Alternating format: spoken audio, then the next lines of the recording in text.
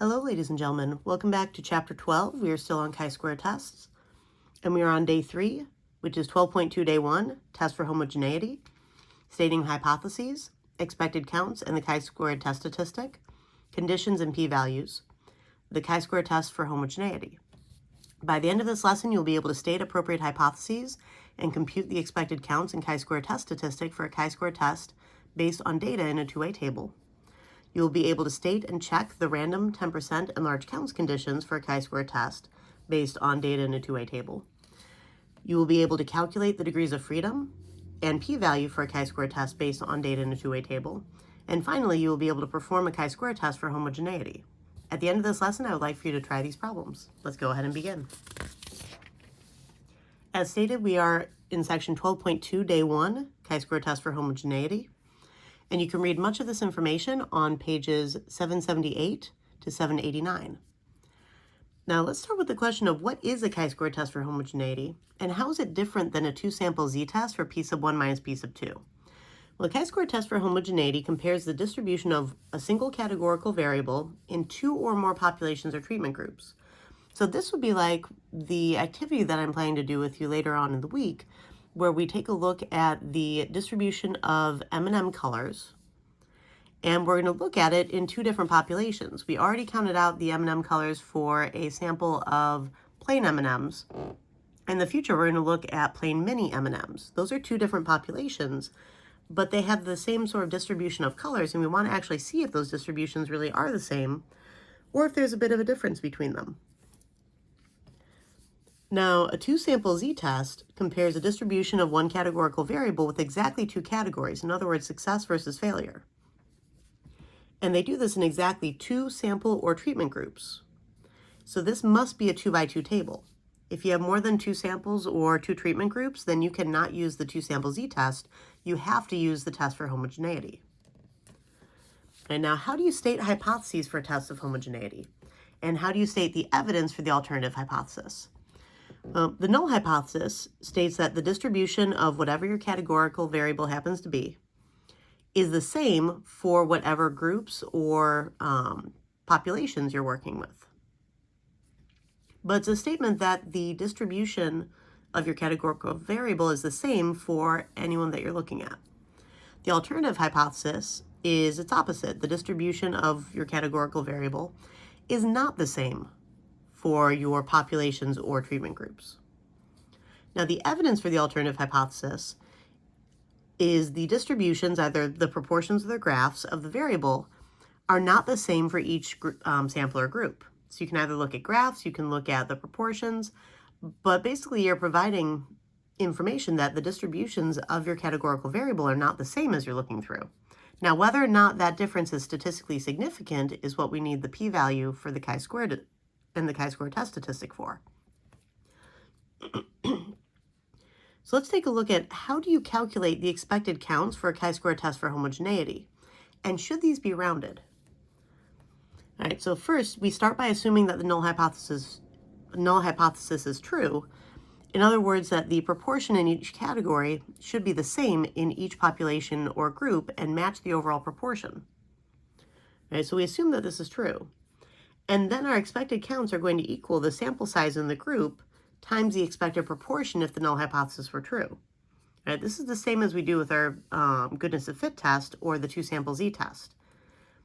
Now, generally, we calculate the expected counts by taking the row total times the column total divided by the table total. Now, either your row total divided by the table total or your column total divided by the table total, depending on how you set up your two-way table, is going to calculate that expected proportion if the null hypothesis is true.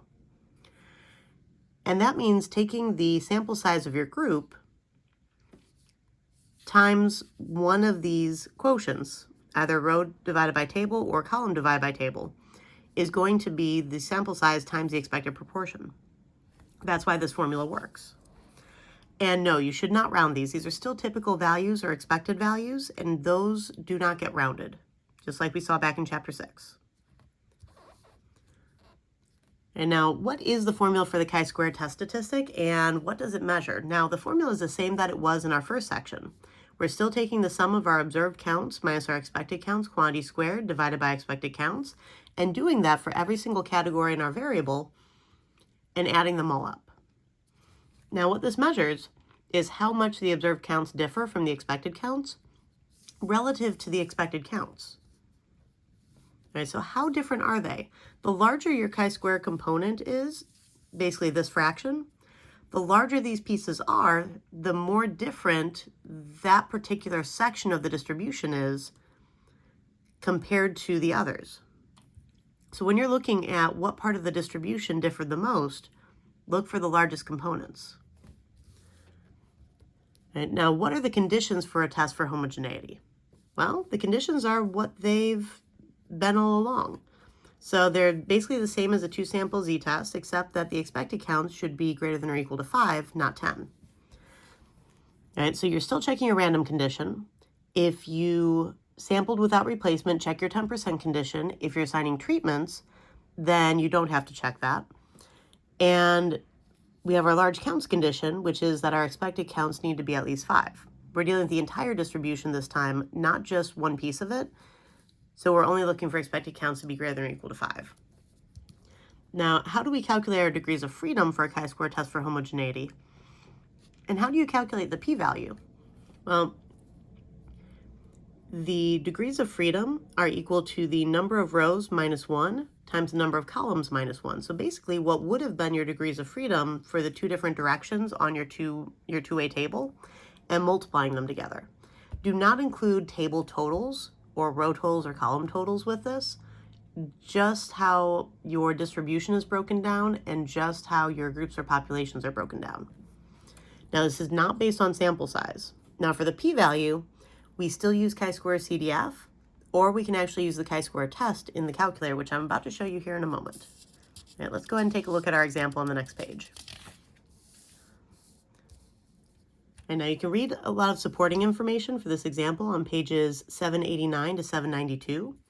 And our example reads, how is the hatching of water python eggs influenced by the temperature of the snake's nest? Researchers randomly assign newly laid eggs to one of 3 water temperatures. Notice random assignment of treatments. That means this is an experiment. All right, so the 3 temperatures were hot, neutral, or cold. Hot duplicates the extra warmth provided by the mother python, and cold duplicates the absence of the mother. Is there convincing evidence that temperature affects hatching status for eggs like these? Now, hatching status means whether or not they hatched, because they either did or they didn't. And the information that I initially started out with was how many eggs had hatched and how many total eggs I had. As you can see here, I went through and I finished the two-way table, including the not hatched row, so that I could get this set up for a chi-square test for homogeneity. To figure out how many eggs did not hatch, since 27 total eggs were assigned to cold, 27 minus the 16 that hatched leaves 11 that did not hatch. 56 minus the 38 that hatched in the neutral section will leave me with 18 that did not hatch. And then 104 divided or minus 75 gives me the 29 that did not hatch. Then I can add straight across to get my totals for my rows, and then I can either add down or across through the total row versus column, and both of them should give me 187. Now the first thing we want to do is state our null hypothesis. So our null hypothesis is that the distribution of hatching status, that's what we're actually comparing, is the same for each temperature. These were my treatment groups. So hatching status is my categorical variable. Cold, neutral, hot are my 3 treatment groups that I'm comparing hatching status between. So the distribution of hatching status is the same for each temperature. And my alternative hypothesis is that the distribution of hatching status is not the same for each temperature. And we're going to use alpha equals 0.05 as our significance level because we did not have a significance level stated in the problem. And this is our default setting. Now notice that I'm not defining a variable because there's no variable for me to define in this case. Now my plan is to use a chi-square test for homogeneity. And keep in mind that homogeneity, homo means same, geneity is kind of like the makeup. So same structures, same makeup within the distribution. First thing I need to check to make sure that I can actually do this test is my random condition, and treatments were randomly assigned, so that checks out. And then my large counts condition. I need to make sure that I have at least 5 for my expected counts. And the way that I found these expected counts, you could do it by hand. If I take the first row total, 129, times the first column total, 27, and multiply those, and then divide it by the table total of 187, then I should get approximately 18.626. Let's go ahead and try that. So if I take 27, or let's see, row total is 129 times 27 divided by 187. Right, that does give me approximately 18.626, right? This 5 rounded up because of the 6 that came after it. So that's how you could calculate each one of these. Row total times column total divided by table total for where these numbers are located. Now there's actually an easier way to do this. If I go back into my calculator and I go to the matrix right here above the inverse of x button. So second, inverse of x to get to matrix.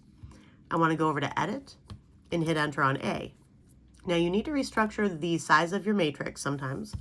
And the number of rows down here would be hatched versus not hatched. There are only 2 options for that. Again, the total does not count as one of your rows. So I technically have 2 different values within my categorical variable, hatched, not hatched. That's why I'm starting with 2 here, because that gives me these 2 rows. And then I have 3 treatment groups going across for the columns, which is why this is a 2 by 3. Right? And then if I go down to my matrix, I'm going to enter all 6 of these numbers in the exact order that they appear in. So if I were to type in the 16 first and then hit enter, then it takes me to the very next number. And it goes across the row first after you hit the enter on the 75, then it would go down to the beginning of the next row, and then you would go across. Right, so you'd want to enter all of these numbers, and then I'm going to go to stat, over to tests, and down to chi-square. Now there are 2 chi-square tests. Goodness of fit is a one-way table. Just the chi-square test is for chi-square test for homogeneity, and the next one we'll learn in a couple of lessons. All right, so this one deals with matrices and the 2-way tables. All right, so go into chi-square. It asks you where your observed counts are. That's matrix A. That's where I type those in. And it's going to calculate my expected counts for me in matrix B. If I go down to calculate, I get my chi-squared test statistic. I have my p-value, and I have my degrees of freedom. So I would just write those off to the side until I was ready to use those if I were doing it this way. All right, so that's where I got 1.703. That's also where I got 0.4267. And then my degrees of freedom were the number of rows that I had. So hatched, not hatched is 2. So 2 minus 1. And then the number of columns that I had. So the number of groups. I had 3 groups. 3 minus 1. This gives me 1 times 2, which is 2. All right, now, after I do this, I can go back to my matrices. So second, inverse of x. Go over to edit, and this time down to matrix B. And you'll find all of your expected counts already calculated for you in here. And that's where I got this table. You could go through and take each row total times the column total divided by the table total to be able to get the individual components. But this is frankly a lot faster. It's important to know the formula because you won't always have the ability to do all of this. But when you're doing a 4-step problem, this is very handy. Now for my chi-square test statistic, I'm taking my observed count, 16, minus my expected count, 18.626, quantity squared, divided by my expected count, the 18.626, plus my observed count for the very next one, so 38, minus my expected, which was 38.631, quantity squared, divided by my expected count of 38.631. And then I'm just going to put plus ... That way, it basically says continue in the same manner until you're finished for the remaining 4. And then I can go ahead and write down the chi-square value that I had. I'm going to go back over to chi-square and tell it to go down to calculate. And this is where I'm getting my 1.703. We already went over degrees of freedom, and my p-value is basically the probability that chi-square is greater than this 1.703. So I could use chi-square CDF. This would be my lower bound. My upper bound goes off towards positive infinity because that's the direction you always go in for chi-square. My degrees of freedom are 2, and I could calculate this p-value. Or I can just write it down from the test. That works too. And since our p-value of 0.4267 is greater than our alpha of 0.05, we fail to reject the null hypothesis. This is not small enough to be statistically significant. All right, that means that we do not have convincing evidence that the distribution of hatching status is not the same for each temperature. All right, we don't have evidence of that. Go ahead and try these problems, and I will see you in class.